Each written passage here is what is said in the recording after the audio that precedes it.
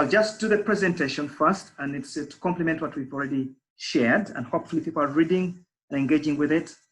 And then we'll leave some minutes for questions, discussions, and votes. So we'll move on.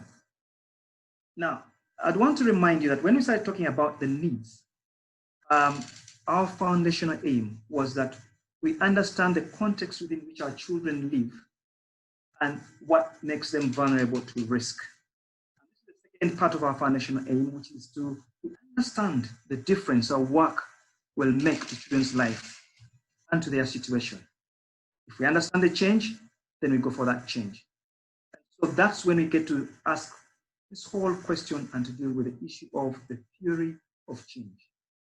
And as we build a theory of change, we talk about the causes and effects of children's problems. We all work with children, that's our agenda. Okay? We've got to be able to describe the needs this project is working to address, and therefore we've written it somewhere as a statement of purpose in our work. We've identified and written down the very specific changes that we want to make in the lives of children. We know how to find these changes. We know why we're going to make these changes. Now, those are key questions. We know why and how those changes are going to be made. And so that's what basically the theory of change does help us to do. In the past, we worked a lot with other frameworks like logical framework, analysis, but now this is one of the new thinking that we're using in development work. It's been around for around 20 years, probably. Theory of change. What is a theory of change? It's a tool. It could be written, it could be illustrated. It allows us to describe what we're trying to address, the changes we're trying to make, which are the outcomes, and those could be at different levels. There are different levels of results of the work that we're doing. And then what you plan to do, which are the activities. One of the benefits of doing a theory of change is that it improves the way we think about our strategy in responding to the needs of children. We're able to measure what we're doing, and particularly the changes we're making in the lives of our children. We're able to communicate with people the work we're doing and how we're putting things together to create the changes we're trying to make among the children. But it's also helpful in our partnerships and working. Now, one of the things that theory of change does recognize is that we operate in a very complex society. There are many things that are not stable. So the work we do is not linear logical exactly, as logical framework would suppose, but it's more cyclical. There are many factors that affect the achievement of our objectives and the changes. And so what the theory of change helps us to do is to say, what are the pathways to change?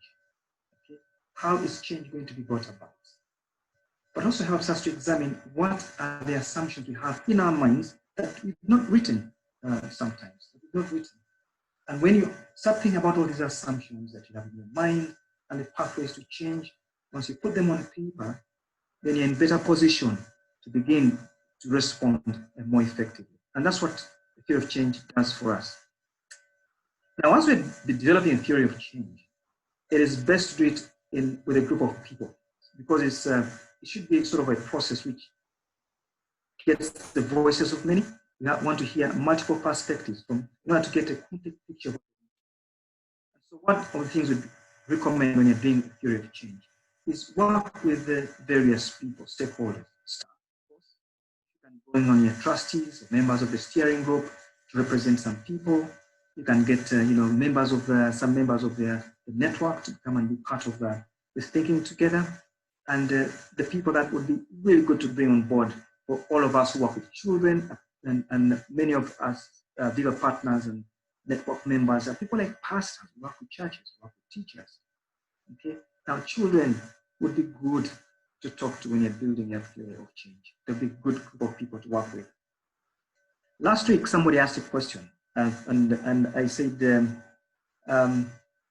asked a question about the problem tree, and I'd want you to use a problem tree to begin to tease out how you develop a theory of change. And I remember, I think it was Mim who asked, at what point do you stop when you're asking the question why? Because the whys can go on forever. And I said, if possible, go to 4 or 5 levels. And the reason is because when you're trying to create change, and we're trying to deal with the causes of the challenges we have, we begin to define the pathways to change, what I call the pathways to change. Okay? For example, using the diagram we have before us, which we looked at the other time, look at limited income. Okay? For us to have to improve the socioeconomic status of a family, the pathway to develop that is increasing household income. Okay? But how do you increase household income? There's just a pathway. There are things we've got to be imagining. And some of them might be that if we introduce income generating activities, people know how to do business.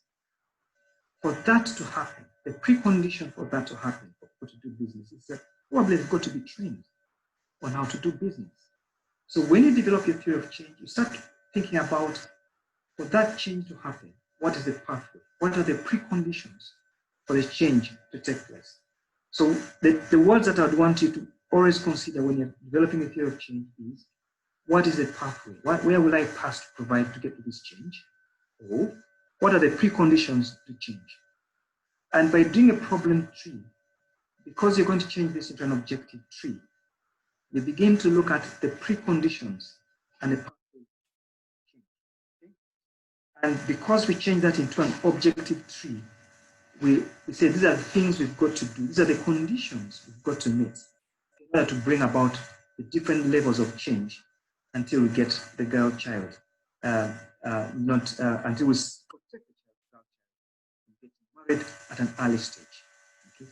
So for some of these things to improve attendance in class, their conditions. And so we've got to question, what are the preconditions to change? And I'm trying to use the problem tree analysis and the objective tree for you to begin to brainstorm and develop your thoughts. When you know the causes and you've changed those into positive, and say the first level of reducing early child marriages is a result, it's a change. Then we get to the next level of change, which are the results, which is the yellow. Saying that that's a level of change, okay, and that's the level of change. And then, for all those things to happen, what I've put in the red boxes might be a series of activities that we are doing. Okay? However, that's a goal. That could be a level of outcome within our theory of change. That's an intermediate outcome.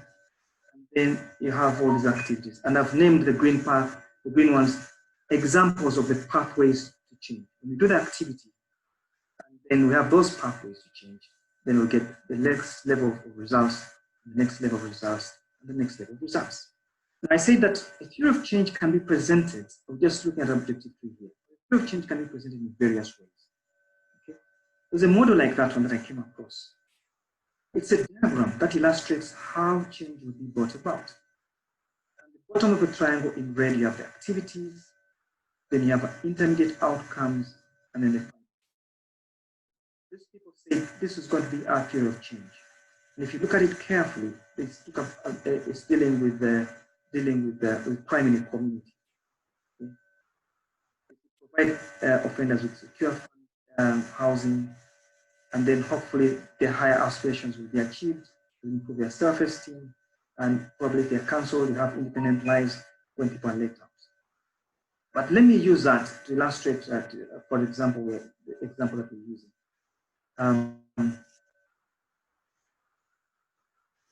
You sort of have that triangle that way.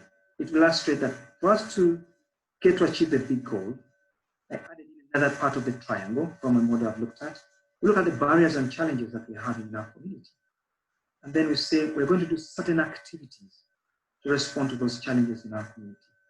And we're going to have intermediate outcomes and the goal as we've seen in the theory of change. That's one way in which to draw your theory of change as a diagram. It will be helpful to put there things like what are the barriers and challenges that you're dealing with. So when you explain it to somebody, they know why you're doing what you're doing and how change would be caused and why change would be brought about in your community. You can also put there indicators at different levels. Say, actually, this is how we shall know that we're even making this progress. And And you can create a diagram that for you illustrates how change would be brought about. I came across another structure which I found interesting. In this one, they put inputs, they put activities, they say these are enablers, they have intermediate outcomes, and at the top, they say, consequently, this is how we shall bring about change. And even as they talk about the outcomes, even divided that into three. The outcomes are around knowledge and skills, the outcomes around changes in behavior.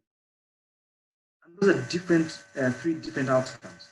But they've created and said, these are the inputs. We're going to put in staff. We're going to put in housing. Okay. Then they get to the next level and say, these are the different activities they're going to do. Some are to get lives on track. Some are just social networks. From the work we do, I know the social networks that we work with include things like police or Crane that we've watched doing their work. They do to get people's lives on track. They provide them activities. They do a lot of training stuff. Okay. And they talk about how we deliver. Then they have got enablers, some internal, some external, and eventually their outcomes. So that's another way of presenting theory of change. I'll give you another example I've come across. It was done by Crane at some point, and they said, let's create impact. This was one way of thinking. Create impact right in the middle there. They put around it various other changes they would work on, what they're going to do, okay, which is in a smaller cogs. And those smaller cogs, if we do them together, they will drive the kind of change that we want, and they put beautiful. So people are trying to describe how we create change. But I had another one, but that's what I have for now. And so basically, what we're trying to do here is to say, we know what change you're trying to make in our community, and we know how and why we do that change. Why? It's because there are challenges in our community, problems the community that we're addressing, and the big goal is that we want to reduce. Any one of us, our aspiration for all of us, that we have a theory that describes our work, and we can talk to any donor, and hopefully will improve our strategy, will improve our communication, will improve our measurement, and we'll be able to work with many others, as we said at the beginning, as we implement our programs. So that's our theory of change. May I then have some time for us to respond to this whole discussion.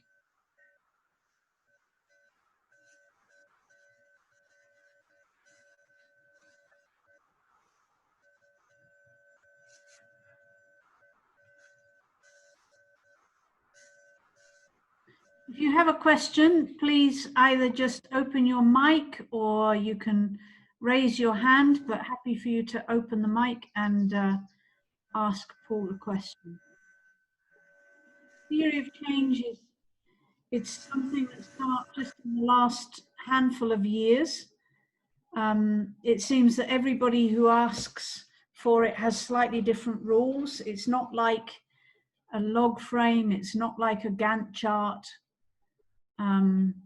It's entirely different. It's you explaining how you are going to bring about change, and in bringing about that change, you're describing the change from what you're going from and what you're going to. Okay. So I'm sure some of us have some questions for Paul in the 10 minutes we have left. Hello, Mim. Yes, please. Hi, thank you, Paul, for the presentation. I was just wondering, at what point in a project implementation do you, can you implement the theory of change?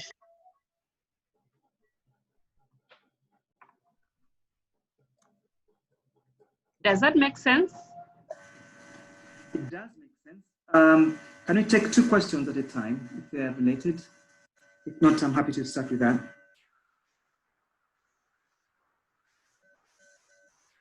Okay, let us start with that. At what point of the project implementation do we talk about the theory of change? The theory of change is best discussed at the beginning of the work you're trying to do, because it's an explanation of what you're trying to do.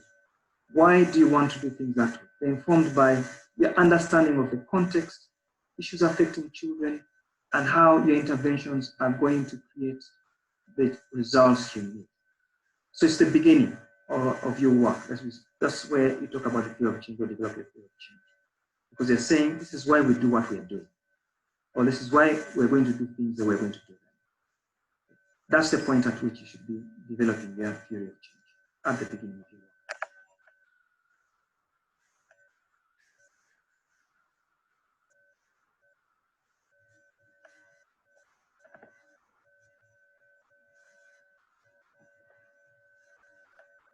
Jackie, does that answer your question?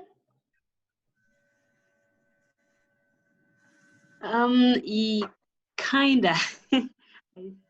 Not fully, but yes. Okay. Would you like to ask again and see if Okay, I think my challenge is what happens if I'm in the middle of a project and initially I came up with a whole plan, but it's not working midway. So can I implement the theory of change at that point of my project, or do I just make adjustments and go on, or do I like have to re-strategize from the start? That's a good one. We had an interesting experience the other day when we had the external evaluator for CRANE as we worked through our project. And because one of the things we do as CRANE was working through the GEC, there are many issues to learn, the many things that came out, learnings that came out from doing that work with the evaluator.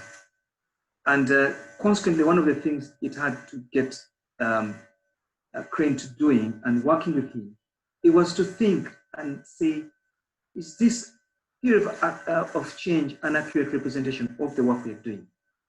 Are there things that it's not communicating well? And are there things that it is missing? And yes, we had to go back on the drawing board, and a group of us spent time rethinking through the theory of change and re-articulating the theory of change so that it is clear to somebody from within and from without what exactly we're trying to do. In fact, he felt there's so many words in the theory of change and so many activities. And he said, can we try and reduce them so that it articulates and has more focus? And yes, we have to revisit the theory of change. So there is an opportunity for you to visit it and re-clarify and refocus how you're doing the work you're doing. Sometimes even the emphasis of the program might change, might say, let's focus a lot more on something else than what we've always done. Let's focus more on the learning of the child in the class than anything else. That requires that we revisit the theory of change and we say, actually, the most critical thing for us is that children learn. Therefore, these are the most critical changes that we want to see among our communities, among our teachers, if children are going to learn. If those are going to be the changes and the emphasis is grown, I think then you're going to readjust your theory of change. So there is room for you to readjust and to ensure that increased focus and emphasis of your work in the theory of change. Does that help? Yes, it does. Thank you very much, Paul. Yeah. Mim, would you want to add anything to what I've just shared in relation to the experience we went through with John Wally, external evaluator, when we looked at the theory of change? Yeah, it's that's a good example, but also if people are serious about development, they do not expect you to remain the same beginning to end, because sometimes it's been a year ahead that you're making an application or making a plan, and obviously, as we well know right at the moment, things can change very quickly. And so what they say is that they expect us to be learning organizations and to make changes and adjustments. Normally the restrictions come around getting budget approval first, or sometimes people might change indicators of progress to make them too easy or something like that. But most organizations actually expect you to update and adapt and change. And they normally every 6 months, they review in some way. And they would even call into question, if you're on a 3, 5, 7-year project and are still trying to deliver exactly the same that you first planned, they would say you're not really thinking about what's happening here. So it's a very good thing to keep adjusting. Julie's saying good projects have set periods for review.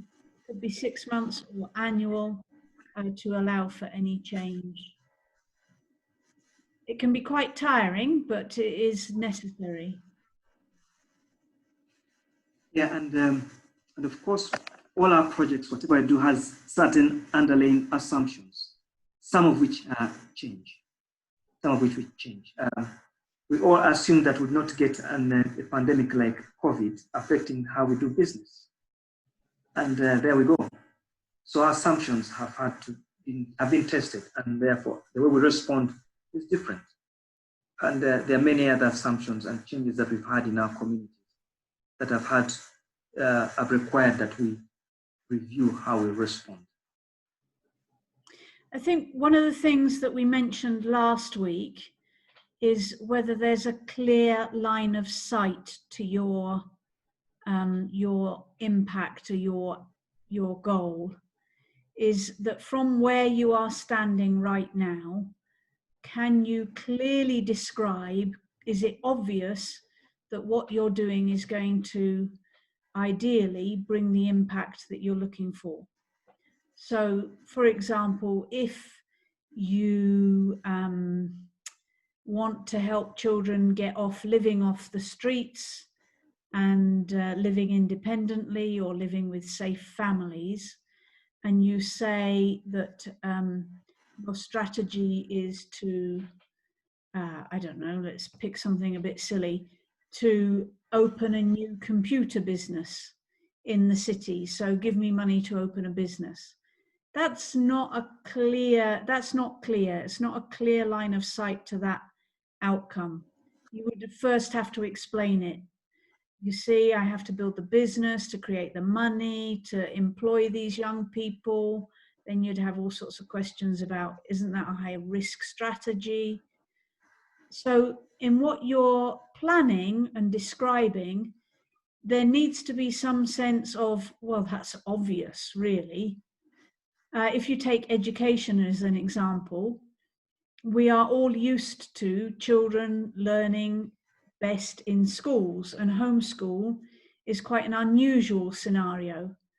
It's not that homeschool doesn't work, it's just that maybe the parents are limited. I would be limited in what I could teach. And so a part of learning is for a child to go to school. Now, obviously, at the moment, we are unable to do that. And so our theory of change about how children can learn has to adapt at the moment. But still, the first priority is a child has to learn. The barrier would be, they don't have books, they don't have parents who can read, etc., etc. Now, the part that goes between those two things is changing. But you've still got to be trying to do the obvious. What can you obviously do to help children learn? For example, give them books that they can read that are the level that they're already able to read at. That would be one obvious thing. Okay, we've got just 2 minutes left. Is there any other question? While we wait for that last question, our apologies, we haven't uploaded last week's video yet. We did have sound problems that we weren't able to solve, and so we are re-recording last week's. There's a little bit of a hitch here this week, but I think it's probably good enough. And the PowerPoint slides were sent around. So any final question?